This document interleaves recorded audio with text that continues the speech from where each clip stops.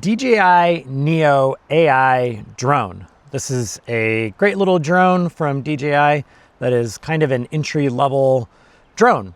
But does it work for mountain biking and gravel biking? I've been using this drone for about 8 months now and definitely have some thoughts I'd like to share about its strengths and its weaknesses. So let's get into it. First off, what does this drone do well? 3 things. Number 1, the follow mode on this, which is the mode that you can set right on the top here, and it picks up your body and then it will track you. It will kind of fly behind you and track you as you ride. It works pretty well on dirt roads, on open trails like the big wide open slick rock sections that you might get in Moab. It works well. Basically, when there's no obstacles, the follow mode will work really well. All right, second thing that I think works well is the manual control with your phone. So you don't need a remote control to fly this drone in manual mode. All you need is the app on your phone and it will fly fine. You're not gonna get any amazing like technical shots or anything like that, but in terms of like basic shots, it will absolutely work just fine with your phone. No remote control necessary. Third thing that I like about this drone, it is very small. Look, it fits in the palm of my hand, and it is very light. So you can fit this into a pocket, you can throw it into a pack. It just packs up really, really light and easy. It's basically weighs about the same amount as like a Cliff Bar or something like that. So it's really, really easy to just stash this on yourself on a ride and just kind of go for it and then take it out as necessary. Okay, what doesn't work so well with this? First off, and this is probably the biggest thing for mountain bikers, is there is no object sensing on this drone. It is following your path and your path only. So if there are trees around you, there's a really good chance you're just gonna crash it right into a tree. I have crashed it into a tree almost every time I use it mountain biking. It really, really does not work well for mountain biking.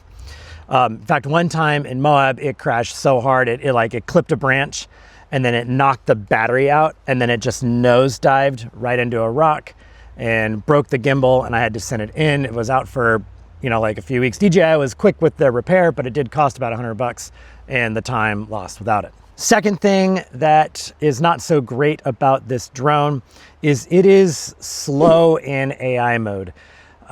If you are bombing down a trail, you will absolutely drop this drone. It can't really keep up with fast speeds. I would say about, 15 or 20 miles per hour, and you're gonna drop this. So on fast downhill mountain bike descents, this is not it. On flat, it works great. Climbs, it'll follow you just fine, but if you're wanting to get that fast action camera kind of feel on a rowdy downhill mountain bike descent, this isn't it. Third thing that I'm not so keen on with this drone is the reported 4K is a bit of a stretch.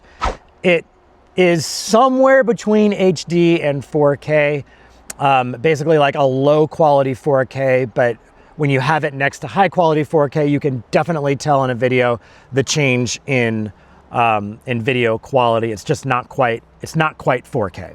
All right, final thoughts for dirt-oriented cyclists, which is to say mountain bike and gravel bike. So this drone can be a great addition to document your adventures. It's really easy to use. It's really fun. It does get fun footage. I am glad that I have it. I'm gonna preface everything I'm about to say with, I'm glad that I have this. And for mountain biking, it's just not there yet. But the fact that there's no object sensing, I put it into a tree almost every time I use it for mountain biking.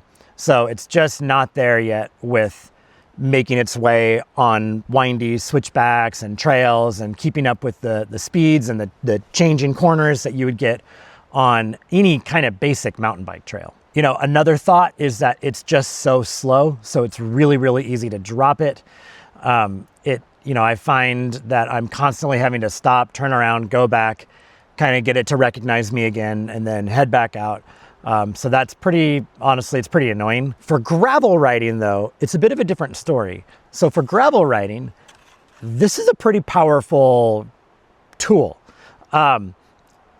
because on a road there's less obstacles, it will keep up, and it gets the corners okay. On climbs it follows you really well. There's a tracking mode where the drone will actually turn around and face you, and then it will back up while you're riding at it. And I found that on gravel roads it actually worked pretty well. The follow mode works really well. So for gravel biking and adventure biking, where it's more open and where the turns are wider than on a trail, this works really, really well. So I guess my final thought here is that for mountain biking, this is not it. But for gravel biking, it's pretty powerful. This is a good little drone for gravel biking. If you want to see how this drone was used on an adventure ride, you can check out this video here. And if you're still watching this and you haven't subscribed to Shreddy or Not, and you would like more Shreddy or Not, feel free to hit that subscribe button, and we will see you next time.